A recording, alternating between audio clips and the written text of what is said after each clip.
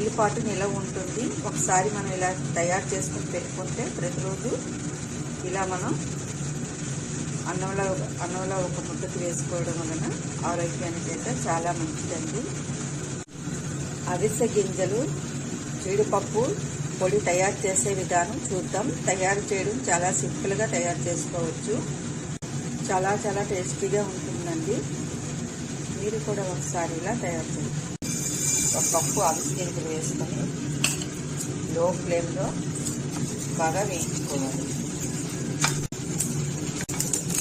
ఇలా లో ఫ్లేమ్లో వేసుకొని వేయించుకోవాలి.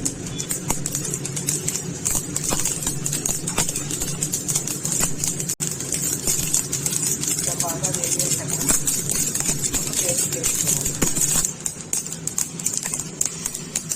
ఇలా వేయించుకోవాలి. ఒక 2 చెంచాలు ధనియాలు, ఒక చెంచా జీలకర్ర, ఎండుమిరపకాయలు వేయించుకోవాలి. లో ఫ్లేమ్లో మాత్రమే వేయించాలి. ఇలా బాగా వేసాక ఒక ప్లేట్ వేసుకోవాలి.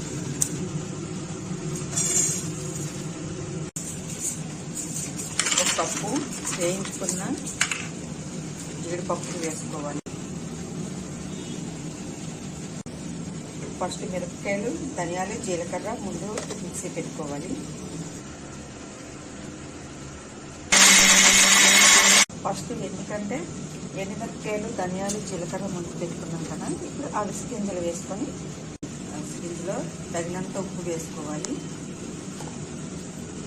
చింతపండు చిన్న సైజు చింతపండు వేసుకోవాలి కదా. అందులో అవిసె గింజలు, చింతపండు, తగినంత ఉప్పు, వేయించుకున్న జీడిపప్పు, రెడీమేడ్ జీడిపప్పుకి ఇప్పుడు మిక్సీ పెట్టుకోవాలి.